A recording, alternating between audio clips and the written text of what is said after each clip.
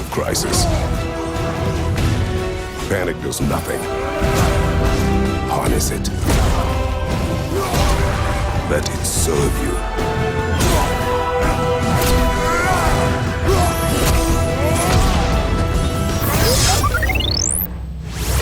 Hey everyone, I'm Jeff Haynes, Senior Editor of Video Games at Common Sense Media, and I'm here today with a quick look at God of War Ragnarok. It's a game that came out on November 9th, 2022, exclusively for the PlayStation 4 and PlayStation 5. Now, quick note of warning to all parents and caregivers, this is a mature action-adventure role-playing game that features a lot of blood, gore, mature language, and other content that probably isn't suitable for younger audiences. Now, we've tried to cut down on what we could within this particular title, as well as keep out a lot of the spoilers from this epic adventure that older gamers really will enjoy seeing, but some of it simply isn't avoidable. If you have any questions or concerns about what you'll see within this particular title or any other form of media, be sure to go over to our website at commonsensemedia.org, where we have a full breakdown of this game or any other form of media that you might be interested in. So what is God of War Ragnarok? Well, it's the latest chapter in the long-running series, which features Kratos, a Spartan who ascends to godhood level after destroying and murdering the entire Greek pantheon and assuming the mantle of God of War. Of course, once he does that, he's not particularly satisfied with his life, so he decides to leave the lands of Greece and explore elsewhere to see what he could do and possibly have his own peace. Unfortunately for him, he and his young son Atreus, who also happens to be known as Loki, discover that frequently their actions have a lot of consequences that sometimes they couldn't even foresee. And in fact, because of the actions of the previous game, which was released about 4 years ago, Kratos and Atreus have caused Fimbulwinter, or the Great Winter, one of the signs of the impending apocalypse known as Ragnarok, or the end of the world. Now, of course, if you happen to be an MCU fan or you have any kind of affinity for Norse mythology, you understand exactly what Loki, Ragnarok, and Fimbulwinter have to do in playing out with some of the major parts of that mythology. But what's also notable is that every other deity within Norse mythology has their own take on what Kratos and Atreus have done. In fact, right here, as you can see, a lot of people that they know, sometimes some of their former allies, aren't particularly pleased with them. In this case, Freya, who used to be an ally, decides that she would rather see Kratos die, and die painfully, for many of the actions that he committed within the previous game. And again, I'm not going to spoil that. If you're interested, you really should probably check out the first game of the modern era, God of War, which came out in 2018, to see exactly why she has this kind of murderous intent. But this also kind of highlights some of the sequences that you'll run into within Ragnarok. Sometimes you'll have these action sequences that are based off of these QuickTime events, which really highlight some of the more cinematic moments, like Freya trying to knock Kratos off of a sled so that she could kill him in the snow. It's not always going to happen, but when it does, you always have an idea that there's a really big action sequence going on. Now, as you can see here, it's not always going to be that. You'll have these moments where you're fighting off mortals or mythical creatures alike as you're exploring the 9 realms of Norse mythology. In this particular case, this highlights a lot of the combat system that you have within God of War Ragnarok, and the God of War games have always had a very deep, very flexible, and fluid combat system, which is one of the things that made it so appealing. Ragnarok's is probably the deepest yet. In many ways, as you can see, not only do you have light and heavy attacks as well as blocks and evades, you'll need to string and combo a lot of those together so that you can cause the most damage that you can against your enemies. What you also need to do is constantly keep your head on a swivel, which is one of the reasons why you would sometimes see the camera angles change, mainly because you're going to be attacked from all sides. Now, one of the interesting things is that you're going to have arrows at the bottom of the screen that will sometimes pop up that will be colored in yellow or in red, and we'll get into that in a quick second. But that not only indicates where some of the incoming strikes happen to be, but also their intensity. Frequently you'll wind up having some of these called out, but as you're doing some of your damage, as you can see here, you can also cause a lot of the finishing blows, such as Kratos chopping a raider in half with his Leviathan axe. Now, we're going to skip ahead a little bit because, again, as I mentioned, you're not always going to be fighting against raiders or men that happen to be living in these frozen lands. Kratos, as he's looking for his son, winds up getting attacked by this massive bear, basically indicating that even nature is against him and his son for some of the actions that they've done.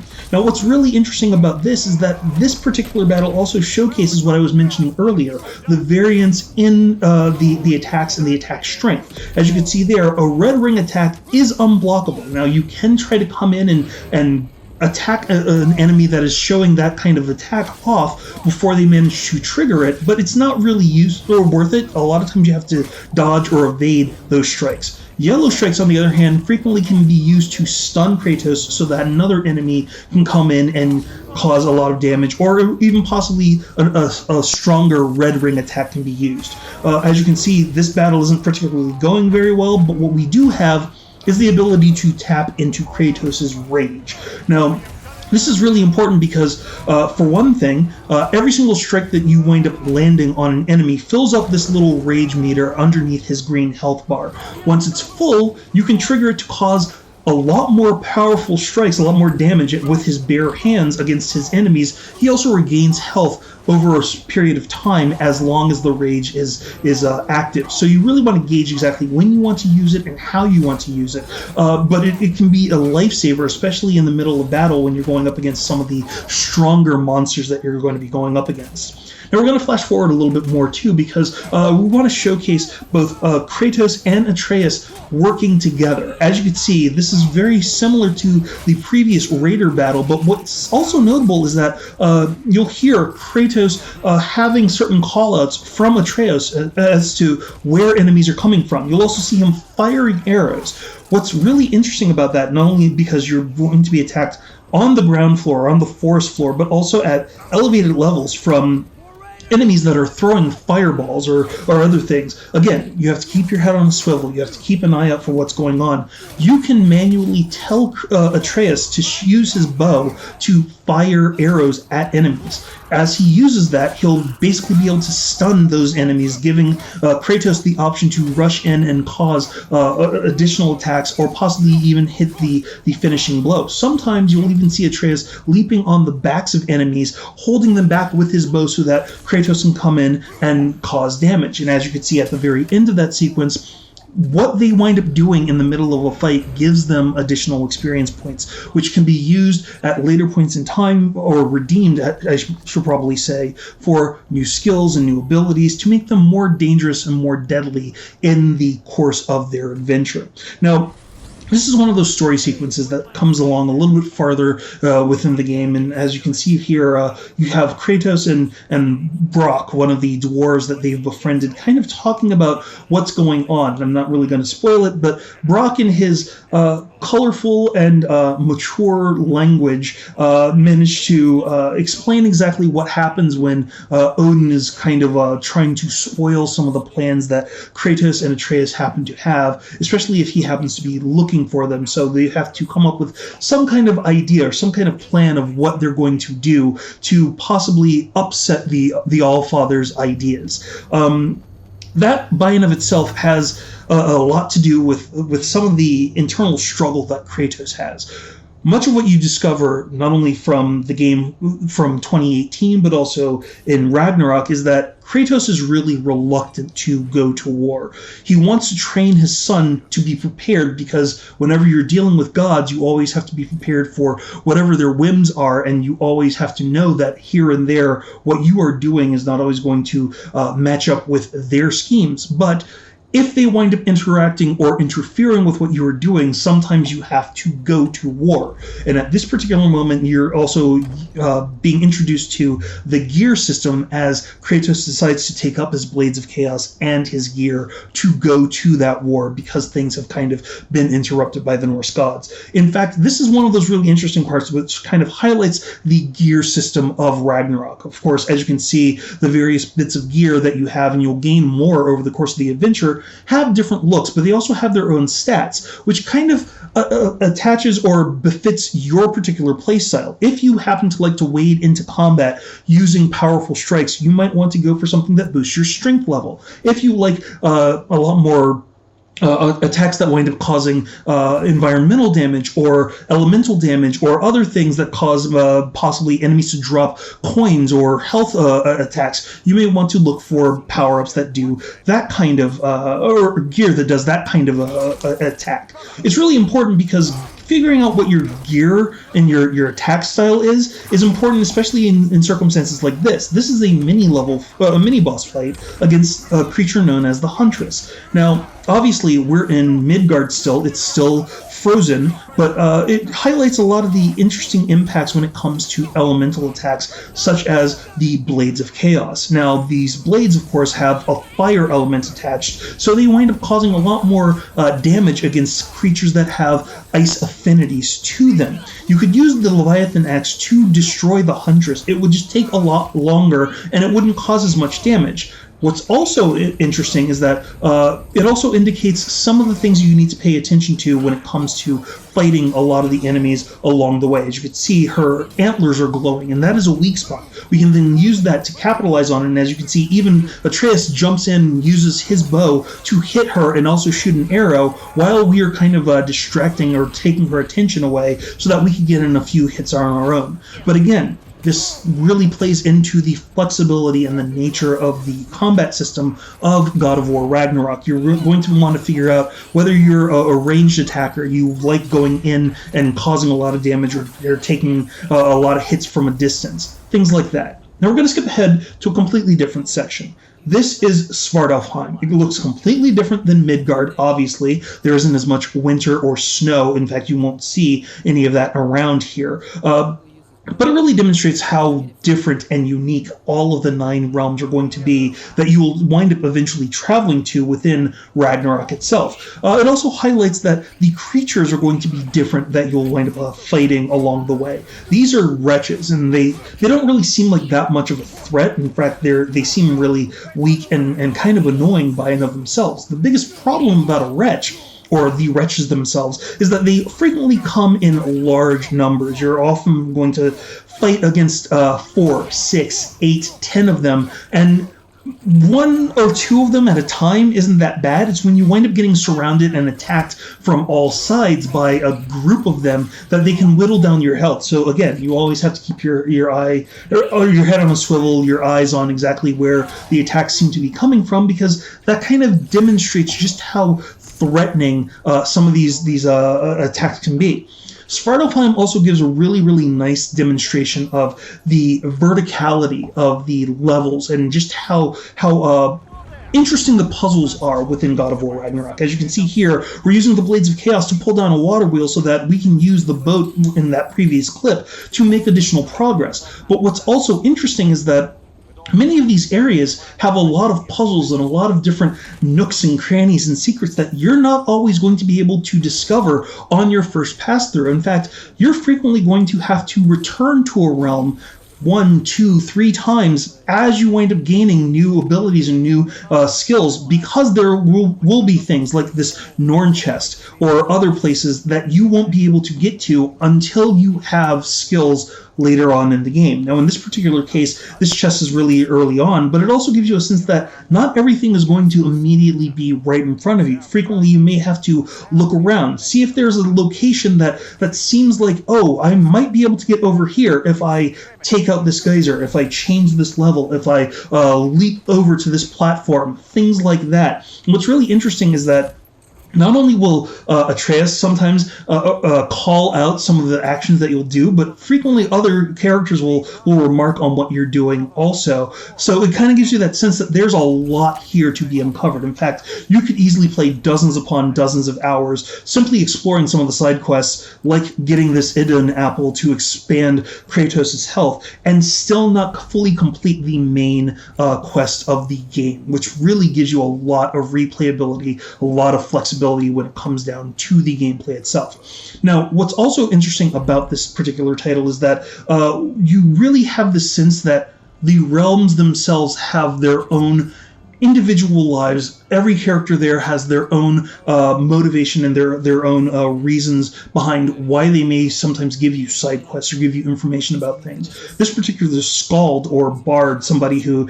sings songs and tells tales, kind of gives you an idea that Mimir, one of your companions, really isn't very well liked by the dwarves of Svartalfheim. And the reason being is because when he was younger, he tried to do something for Odin.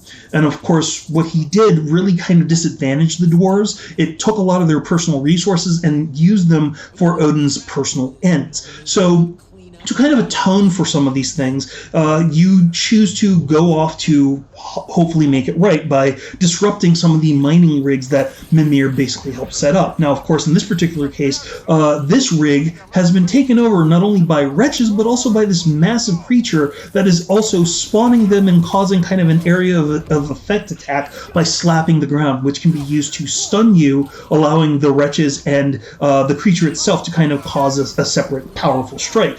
Here and there, again, very similar to the exploration of the maps and of the game, you'll have to make your own choice as to whether or not you have the strength and the ability to take on some of these threats. Sometimes it's actually not even worth it to go to certain areas because you just simply don't have the abilities, the armor, even the chance to take these creatures on because they have a much stronger health level. Now, fortunately, in this particular case, this is really, really early on within the game, so with a certain amount of skill, a certain amount of gauging and balancing out our attacks, we can take out a lot of the creatures and clear the area so that we can make our way through.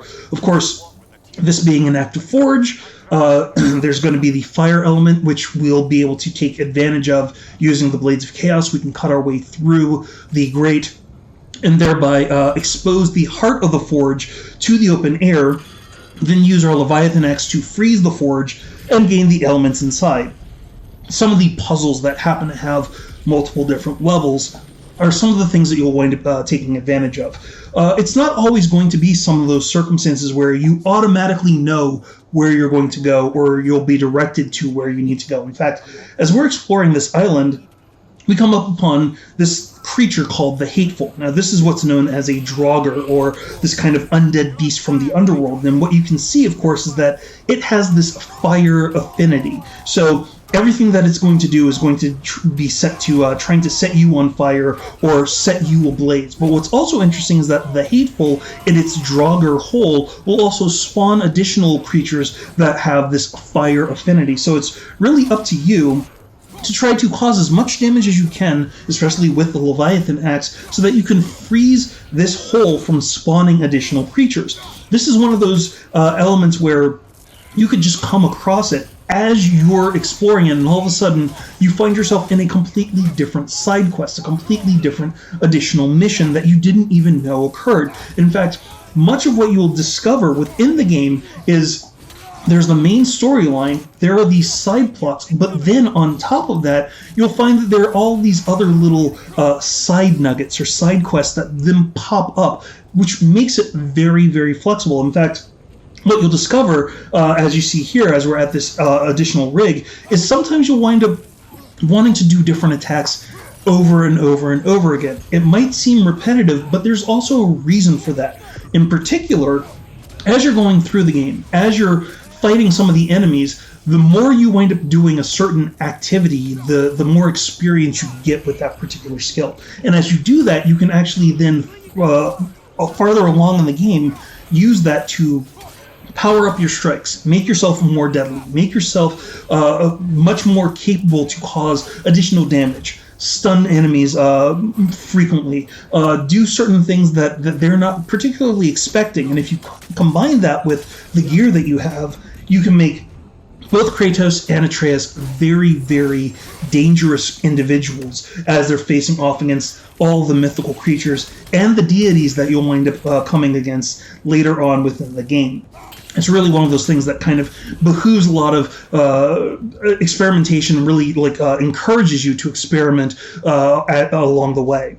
Now, we're coming up on the tail end of this video, but I wanted to showcase this one particular sequence because here and there, what you also wind up discovering again over and over and over again is that Kratos wants peace more often than not. But he also knows that here and there he needs to sometimes solve issues. In this particular case, Kratos and Atreus just simply want to rest, lay their head down, but what they uncover, of course, is that sometimes their actions always has unintended consequences. And as you hear right here,